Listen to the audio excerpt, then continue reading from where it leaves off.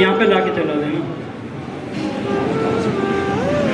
बालक राम जी आगे एक घंटे चला संजय राय जी। दीपेना कमलंचना पूजयामि तमोदं। किशन पाल जी वो धूमबत्ती चालू करो, धूमबत्ती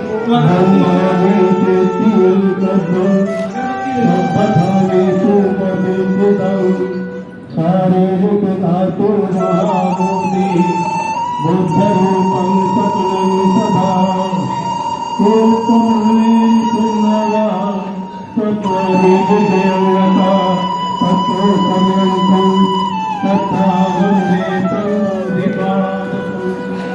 इमेते महाबोधि लोकनाथेन पूजता अहं दीते नमस्कामि राजा नमस्ते। और कोई आ गई महिला संघ आ गए और जिन्होंने जूते चप्पल ले रखे हो तो जूते चप्पल यहाँ पे ना लाए। जैसे मैं बोलूंगा वैसे सभी बोलेंगे एक साथ। बोलेंगे बुद्धं वंदामि, धम्मं वंदामि, संघं वंदामि, अहं वंदामि सर्वदा। ओकासे वंदामि बन्ते द्वारक्तेन सप्तं सपं अपराधं हमतु मैं बन्ते। द्वितीयंपि ओकासे वंदामि बन्ते द्वारक्तेन सप्तं सपं अपराधं हमतु मैं बन्ते। तृतीयंपि ओकासे वंदामि बन्ते द्वारक्तेन सप्तं सपं अपराधं हमतु मैं बन्ते। ओकासे अहं बन्ते त्रिशरणेन सत्यं पंचशीलं धम्मं याचयामि अनुज्ञां दत्त्वा शीलं देश में बन्ते। द्वितीयंपि ओकासे अहं बन्ते त्रिशरणेन सत्यं पंचशीलं धम्मं याचयामि अनुज्ञां दत्त्वा शीलं देश में बन्ते। तृतीयंपि ओकासे अहं बन्ते त्रिशरणेन सत्यं पंचशीलं धम्मं याचयामि अनुज्ञां दत्त्वा शीलं देश में बन्ते। यमहं वदामि तं वदेतं। सभी बोलेंगे यमं वदामि आम बन्ते। नमो तस्मै भगवतो अरहतो सम्मा सम्बुद्धस्सै। नमो तस्मै भगवतो अरहतो सम्मा सम्बुद्धस्सै। नमो तस्मै भगवतो अरहतो सम्मा सम्बुद्धस्सै। नमो तस्मै भगवतो अरहतो सम्मा सम्बुद्धस्सै। बुद्धं शरणं गच्छामि बुद्धं शरणं गच्छामि धम्मं शरणं गच्छामि धम्मं शरणं गच्छामि संघं शरणं गच्छामि संघं शरणं गच्छामि द्वितीयंपि बुद्धं शरणं गच्छामि द्वितीयंपि बुद्धं शरणं गच्छामि द्वितीयंपि धम्मं शरणं गच्छामि द्वितीयंपि धम्मं शरणं गच्छामि द्वितीयंपि संघं शरणं गच्छामि द्वितीयंपि संघं शरणं गच्छामि तृतीयंपि बुद्धं शरणं गच्छामि तृतीयंपि बुद्धं शरणं गच्छामि तृतीयंपि धम्मं शरणं गच्छामि तृतीयाम्पि धम्मं शरणं गच्छामि तृतीयाम्पि संघं शरणं गच्छामि तृतीयाम्पि संघं शरणं गच्छामि शरणागमनं परिपूर्णम् वन्दे पाणातिपाता वेरमणि सिक्खापदं समादयामि पाणातिपाता वेरमणि सिक्खापदं समादयामि अधीनदाना वेरमणि सिक्खापदं समादयामि आदिन्नदाना वेरमणि सिक्खापदं समादयामि कामेन्द्रमिच्छाचारा वेरमणि सिक्खापदं समादयामि कामेषु मिच्छाचारा वेरमणि सिक्खापदं समादयामि मोक्षापादा वेरमणि सिक्खापदं समादयामि मूसापादा वेरमणि सिक्खापदं समादयामि पुरामेणमद्यपमादकाना वेरमणि सिक्खापदं समादयामि सुरामेरमद्यपमादक्षाणा वेरमणि सिक्खापदं समादयामि साधु साधु तिस्रं सद्धिं पंचशीलं धम्मं साधुकं सुरक्षितं कृत्वा अपमादेन सम्पादेत वन्दे साधु साधु साधु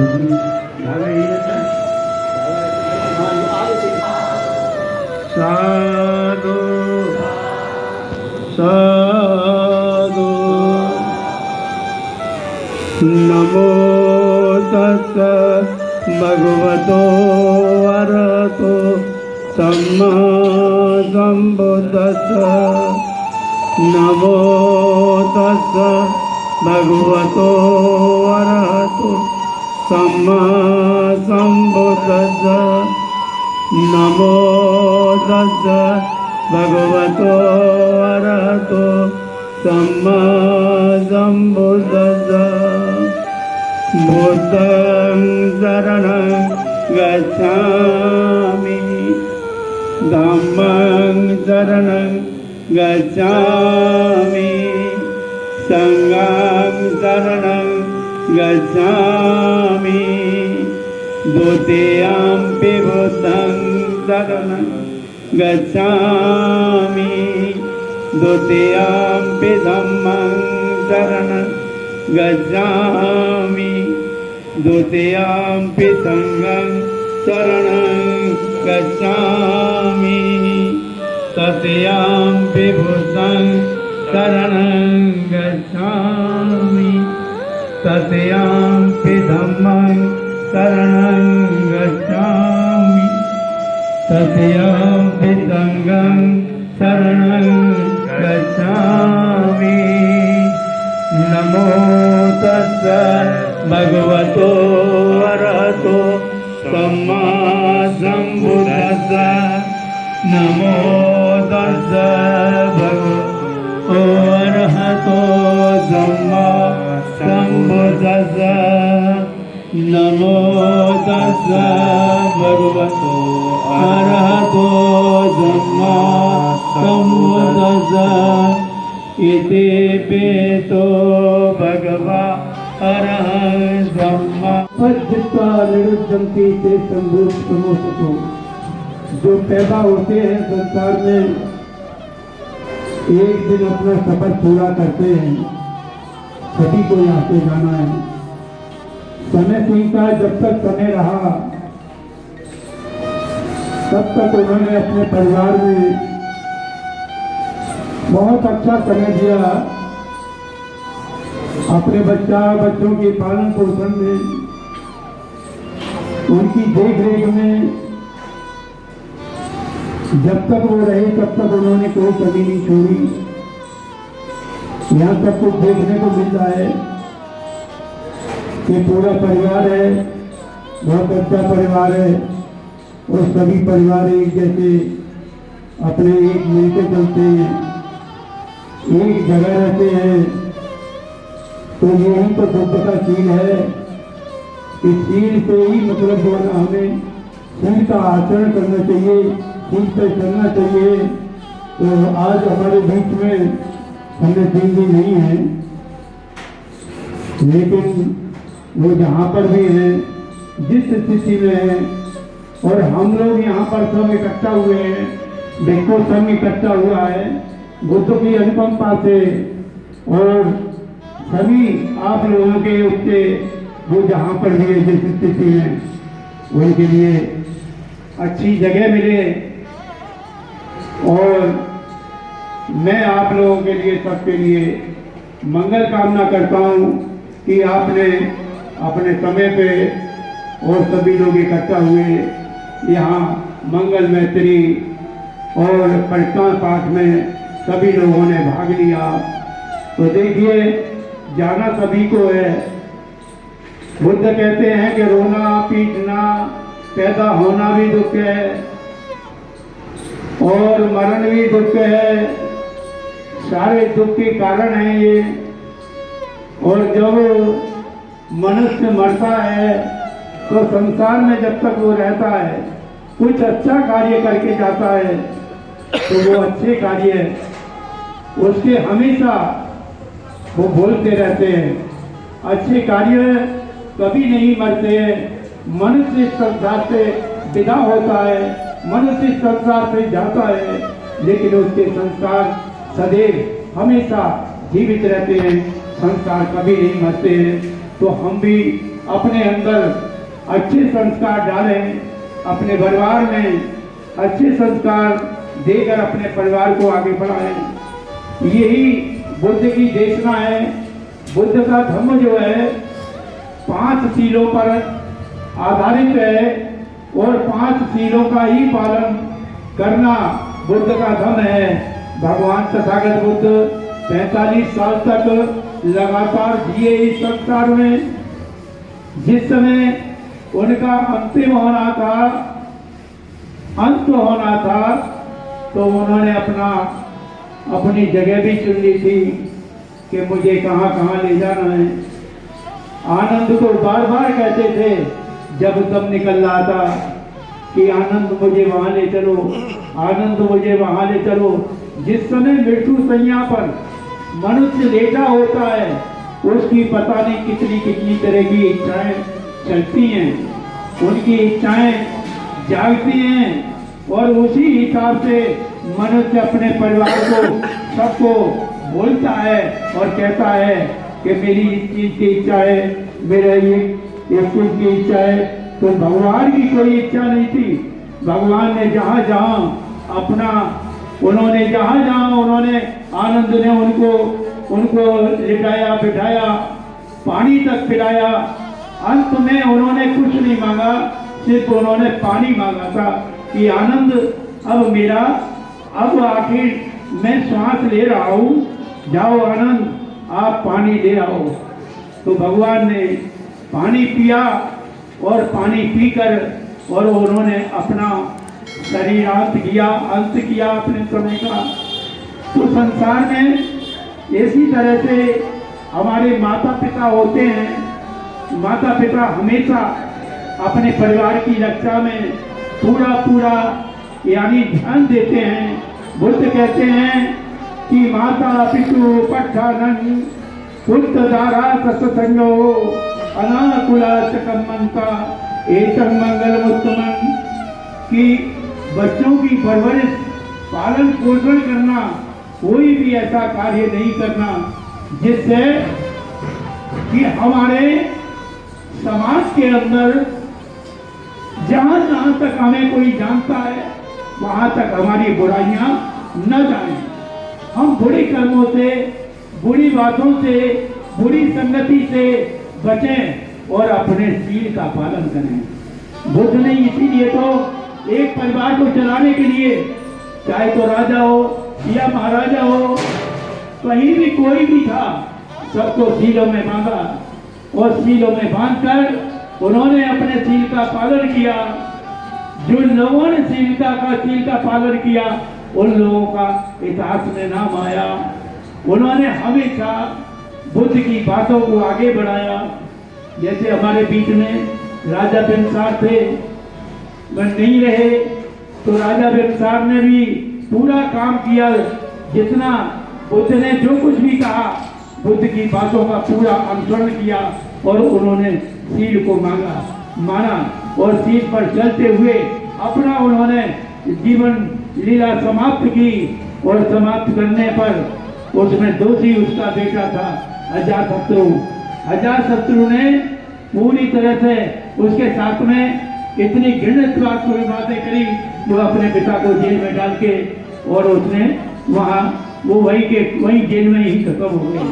तो देखिए कि परिवार में कई तरह की बातें आ जाती हैं कि कोई बच्चा अपने माता पिता को बहुत प्यार से वो चाहता है, वो सोचता है कि माँ ने हमें जन्म दिया है, पिता ने हमें पालन पोषण किया है, तो हम क्यों ना हमारा ये दायित्व बनता है, ये हमारी प्रेरणा बनती है जो इन्होंने हमें दिया है, तो हमें भी इनके लिए कुछ करना चाहिए।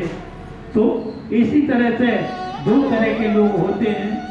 अब जैसे अजातशत्रु था वो चंड स्वभाव का था, उसके अंदर मैत्री नहीं थी, करुणा नहीं थी, कोई दया भावना नहीं थी। लेकिन राजा बिम्बसार के अंदर वो मर तो चले गए लेकिन उनके अंदर मरते दम तक भी जिधर बुद्ध रहते थे, जहां बुद्ध बैठते थे उधर ही वो हाथ जोड़कर और मेडिटेशन पर बैठ जाता था, विपස්සना करता था। तो यही धर्म का पालन है। बाद में इतना करने के बाद में वो खत्म हो जाते हैं। फिर अजातशत्रु को ये ध्यान आता है कि मैं भी मतलब जो ना मैंने तो पाप किया है, मैंने बहुत बड़ा दोष किया है कि मैं अपने पिता को जीते जी मैंने मार दिया। लेकिन मैं अब मिलकर साथ मिल के कर रहे हैं, तो ये लड़ाई हम अवश्य जीतेंगे। और जीतेंगे जब आप शिक्षा की तरफ अग्रसर होंगे। हम शिक्षा की तरफ जो अग्रसर होंगे वो एक ही माध्यम है हमारा कि घर पे जब बच्चे शाम को पढ़कर आते हैं स्कूल से, तो उनको अपने पास आधा घंटा बिठा करके केवल इतना पूछ लें कि आज आपने पूरे दिन में क्या क्या दिनचर्या रखी, कैसे कैसे क्या क्या पढ़ा, कौन कौन सब्जेक्ट पढ़े। तो इन सब के माध्यम से ही हम आगे बढ़ सकेंगे और शिक्षा का विस्तार होगा। शिक्षा से जब हमारी आने वाली संतानें, आने वाली जो सल्तनत जो है शिक्षा से ओतप्रोत होगी, तो वो अपने अधिकार और अपने सम्मान की लड़ाई स्वयं लड़ लेंगे और स्वयं आगे बढ़ जाएंगे। यही हमारी मनोकामना है और यही आप सबसे रिक्वेस्ट है। इसी के साथ में ज़्यादा कुछ ना कहते हुए सभी को साधुवाद कहते हुए जय भीम, नमो बुद्धाय। जब इसी बात धर्म के बारे में बता देता हूँ। बुद्ध के समय जीवन काल की घटना है। कौशल नरेश थे, प्रसेनजीत सबने सुना होगा, जो बच्चे पढ़ने वाले हैं। प्रसेनजीत बहुत प्रसिद्ध राजा भारत के हुए हैं। तो जैसे आज बालक राम जी के पिताजी का स्वर्गवास हुआ, ऐसे ही उनके पिताजी का भी स्वर्गवास हुआ प्रसेनजीत के। तो प्रसेनजीत क्योंकि बुद्ध के प्रभाव में थे, तो जिस व्यक्ति से हमारा लगाव होता है, जिससे भी लगाव होता, आपने देखा होगा, ये साइकोलॉजी भी कहती है। साइकोलॉजी के फादर जिसे सिगमंड फ्राइड है, उन्होंने किताब भी लिखी है सपनों के ऊपर। तो हमारे बीच से कुछ दूरी पे हुए, कुछ दूर चला जाए तो उसके ख्वाब हमें आते हैं। तो कौशल नरेश प्रसेनजीत को उनके पिताजी की मृत्यु के बाद में उनके ख्वाब आने लगे। तो कौशल नरेश, क्योंकि हर राजा के पास में एक राजपुरोहित होता था, अपने राजपुरोहित के पास गए। उन्होंने पूछा, वही ऐसे ऐसे बात है पुरोहित जी कि मेरे को रात में मेरे पिताजी की याद आती है और उनके स्वभाव आते हैं। तो राजपुरोहित कहने लगे, राजन ऐसा है, आपने अपने पिताजी की मृत्यु के बाद में हवन यज्ञ नहीं कराया था, जिसकी वजह से उनकी आत्मा भटक रही है। तो राजा ने पूछा कि इसका इलाज क्या है? कहने लगे, उनकी आत्मा की शांति के लिए हवन यज्ञ कराओ। राजा ने बोला, ठीक है, आप तैयारी करो। क्योंकि वो दौर ऐसा था जिसमें बुद्ध का प्रभाव ज्यादा बढ़ रहा था, तो जो उस वक्त पुरोहित वर्ग था वो बुद्ध से थोड़ा सा नफरत करता था। उन्होंने कहा कि आज मौका है, राजा बुद्ध के प्रभाव में ज्यादा रहते हैं, इसलिए आज राजा को मिसगाइड किया जाए। उन्होंने कहा ऐसा हम क्या करेंगे, कौशल नरेश की राजधानी के अंदर इस वक्त जो सबसे बड़े भगवान हैं, सबसे बड़े जो बुद्ध हैं, सबसे बड़े ज्ञानी हैं वो हैं, आप उन्हीं से कराओ। राजपुरोहित जानते थे कि बुद्ध इस तरीके के क्रियाकलापों को नहीं कराते थे, ना करते थे। तो राजा ने कहा ठीक है। तो राजा बुद्ध के विहार में जहाँ पर ठहरे हुए थे वहां पे गए, बुद्ध को नमन किया। नमन करने के बाद कहने लगे कि भगवान ऐसे ऐसे बात है, मेरे पिताजी की मृत्यु हुई है, तो वो मेरे ख्वाब में आते हैं। तो राजपुरोहित ने मेरे को बोला कि उनकी आत्मा की शांति के लिए यह गमन कराओ तो आत्मा शांत हो जाएगी, वो भटकेगी नहीं, आपको ख्वाब में नहीं आएंगे। भगवान ने उनकी चित्त की अवस्था को देखा कि इस वक्त इस राजा को समझाना बिल्कुल बेकार है, कोई बात सुनेगा नहीं। तो उन्होंने कहा ठीक है, आप तैयारी करो। भगवान ने दिन निर्धारित कर दिया कि वो दिन और यही गंगा का घाट वाराणसी के तट पे वो दिन निर्धारित हुआ। राजा ने सामान पूछा कि सामान क्या लाना है। अभी जैसे भंते जी के पास ये आज गए होंगे, संजय राय जी पूछा होगा भंते जी बताओ क्या क्या सामान लाना है। तो राजा ने सामान पूछा, भगवान ने उनको सामान बताया। एक तो मिट्टी का घड़ा, सब जानते होंगे, सब गांव के हैं। दूसरा एक मक्खन जिसे देसी घी के नाम से भी जाना जाता है। और तीसरे नंबर पे छोटे छोटे कंकर पत्थर, और उस घड़े के मुंह को ढकने के लिए एक कपड़ा, और कपड़े को बांधने के लिए एक रस्सी और एक लाठी। ये सामान भगवान ने राजा को बता दिया। राजा ने अपने नौकरों को आदेश दिया, सारा सामान आ गया। वो बड़ा कौतूहल हुआ, क्योंकि बुद्ध जिस तरीके के क्रियाकलापों को नहीं करते थे उसके लिए बुद्ध तैयार हुए। तो पूरा का पूरा पुरोहित वर्ग ये वाराणसी के घाट पे दोनों तरफ पटा पड़ा है। देखते हैं कि बुद्ध कैसे कराते हैं।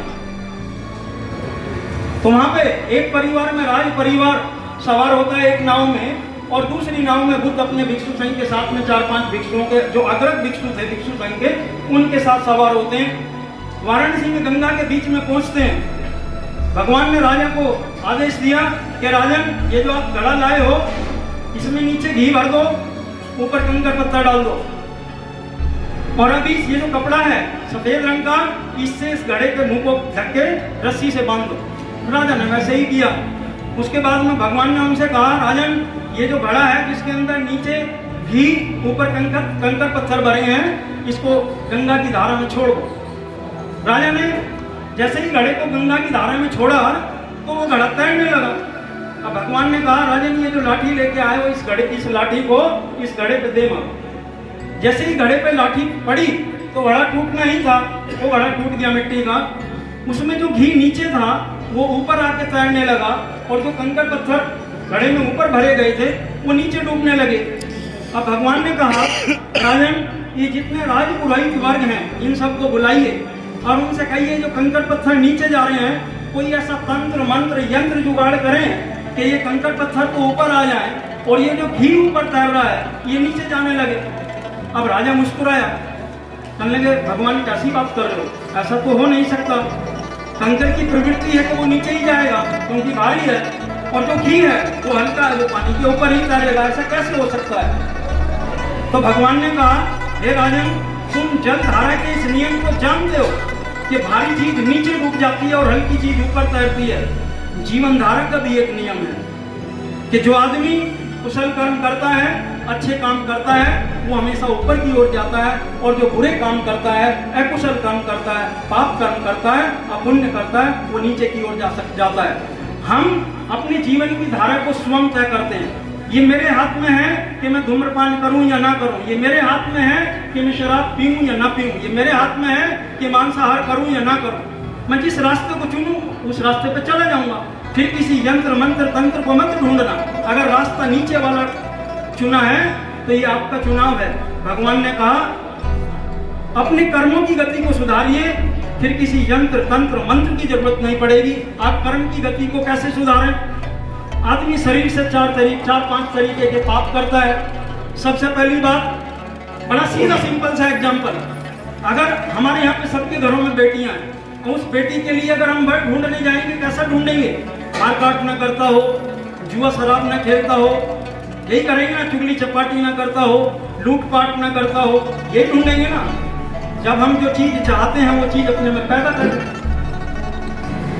परेशानी ये है कि एक जुआरी चाहता है कि मेरी लड़की को ऐसा लड़का मिले जो शराब ना पीता हो, जुआ ना खेलता हो। कैसे संभव है? बस ये 5 सील, किसी की हत्या ना करें, मारा पीटे ना, किसी की कोई चीज बिना उसकी इच्छा के, वो बिना उसकी आज्ञा के, चाहे आपको कितनी ही जरूरत हो उसे लेना, छीने ना, धूम्रपान ना करें, आप जो मद्यपान करते हैं वो ना करें, मांसाहार का सेवन ना करें, और जो मुंह से हम विकार करते हैं, चुगली चपाटी कटु वचन व्यर्थ निरर्थक बकवास, उसे ना करें, तो आदमी पाप कर्मों से बच के ऊपर की तरफ जाएगा। फिर दुनिया का कोई तंत्र मंत्र यंत्र उसे नीचे नहीं ले जा सकता है। तो बुद्ध की यही शिक्षा है, आप अपने अच्छे सदाचार को चुनिए, आपकी सुगति होगी। अगर आप नीचे वाले कर्मों को सुनेंगे तो आपकी अवगति होगी, आप नीचे की तरफ जाएंगे। फिर कोई धार्मिक कर्मकांड आपको ऊपर ले जाने वाला नहीं है। नमो बुद्धाय, जय भीम, जय भारत। वीडियो कैसी लगी आप अपने कमेंट्स के माध्यम से हमें बता सकते हैं और चैनल को लाइक, शेयर और सब्सक्राइब जरूर करें। धन्यवाद।